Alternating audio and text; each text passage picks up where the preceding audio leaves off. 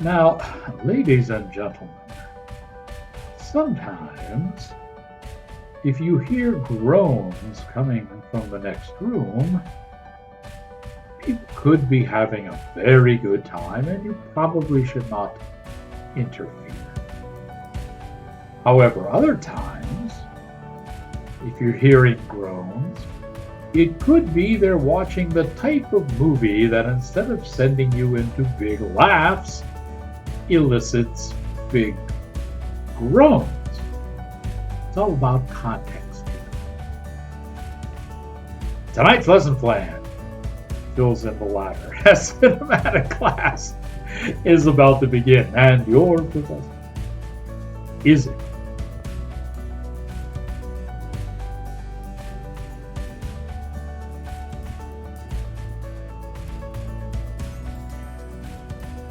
Greetings, salutations, and others. I am your cinematic professor and purveyor of truth in movies. And tonight's lesson plan is a film called Mad Heidi. Now, I've been doing some reviews over the last, I'd say, month and a half, dealing with the type of exploitation films.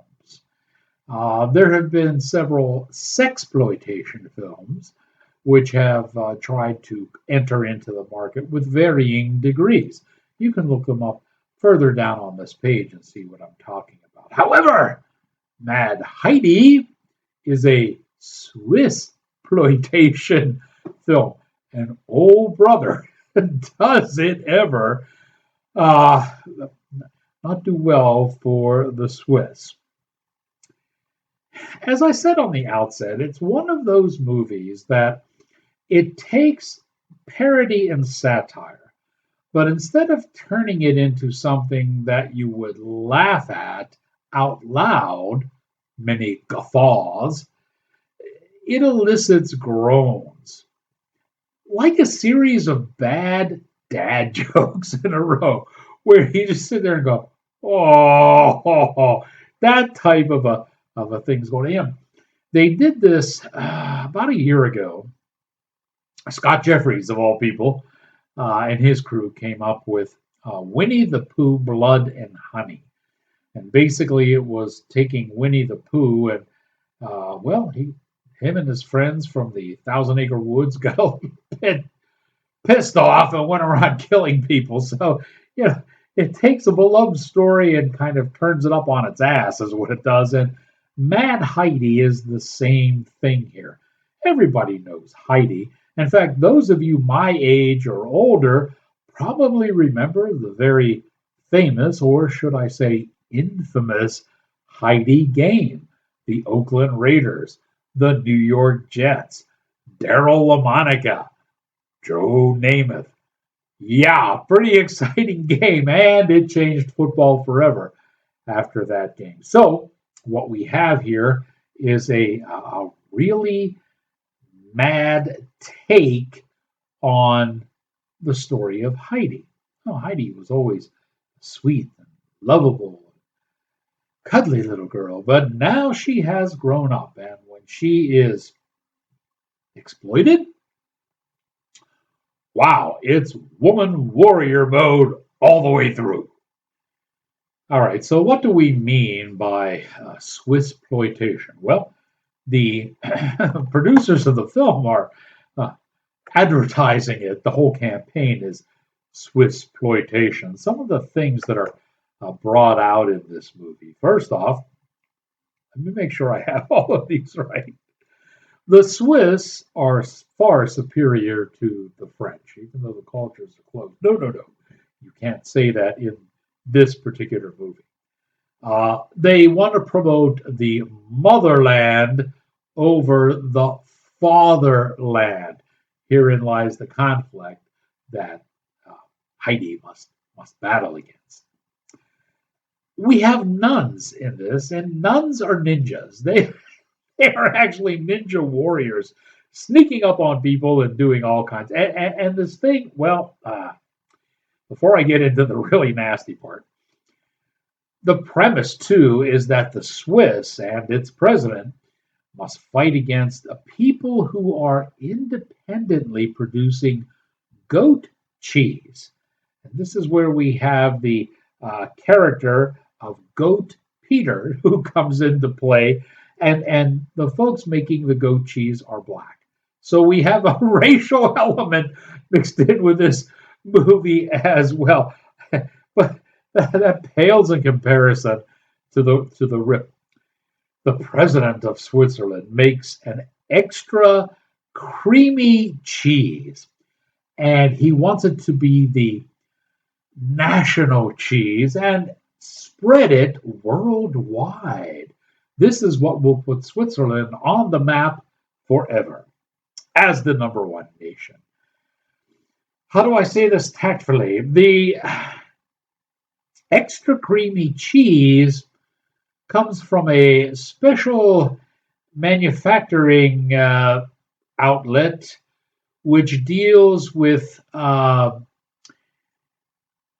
naked women in a very compromised position. I can't say it much more than that. You really are just going to have to watch this movie.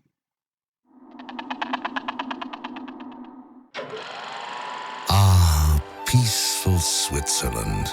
Beautiful mountains. Delicious cheese. And of course, Heidi. Go, Peter! I love you, baby girl. But you've seen nothing yet. Dear citizen, today we shall celebrate Switzerland's new order. Gentlemen, to world domination. To world domination. This man has been charged with the production of illegal dairy products.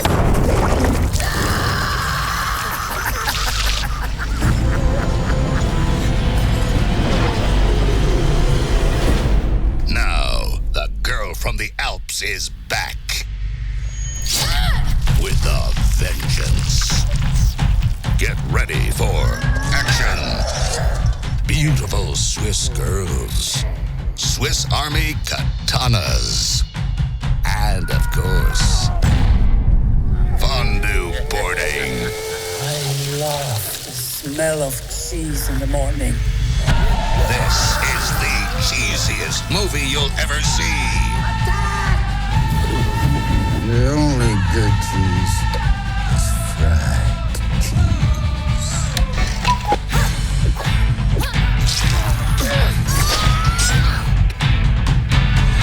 I'm coming for you, you fucking bastard! She's one badass Heidi. She's Mad Heidi. June 21st. So, once again, the cultural mores that are being skewed in this thing are not only the Swiss and the French, but I said there's a racial element as well. Heidi, now that she's an older girl, has fallen in love with Goat Peter. And, well, that's first off, what do we have? We have a send up, a mock up, a horror film, if you will, with an interracial couple. And I keep telling you, this isn't going to last. And it doesn't. I think Goat Peter, while he's mentioned throughout the movie, I think he makes 12 minutes, which would be the first reel. And then, wow. Okay, so and that's one of the things that starts setting Heidi off on her quest. Like most exploitation films, this one has some gratuitous sex, and we are treated to topless scenes. And the one in particular, who is President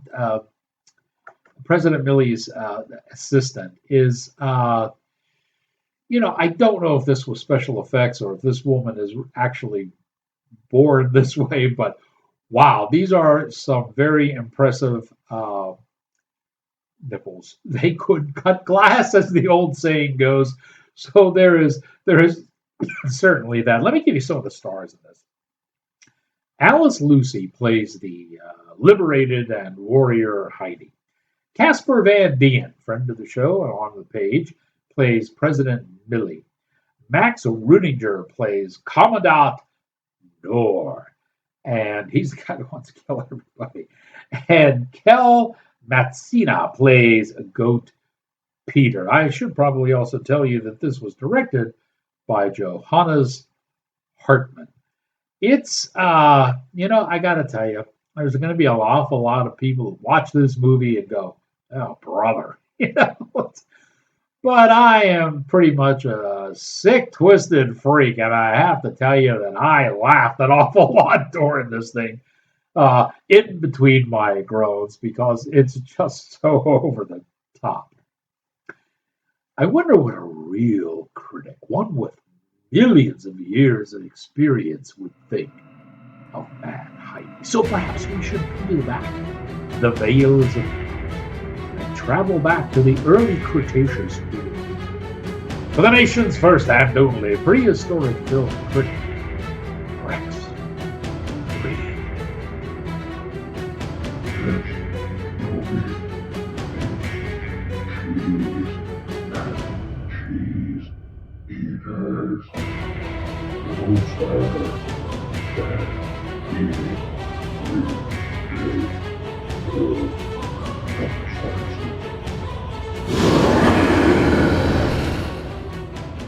Folks, I got to tell you, this one is so incredibly bad, and the only reason I think I enjoyed it is because I have a rather sick and twisted sense of humor. I find some things very funny that most people would cringe at, and if you're that type, this movie's right up your alley. You'll probably get a few chuckles out of it.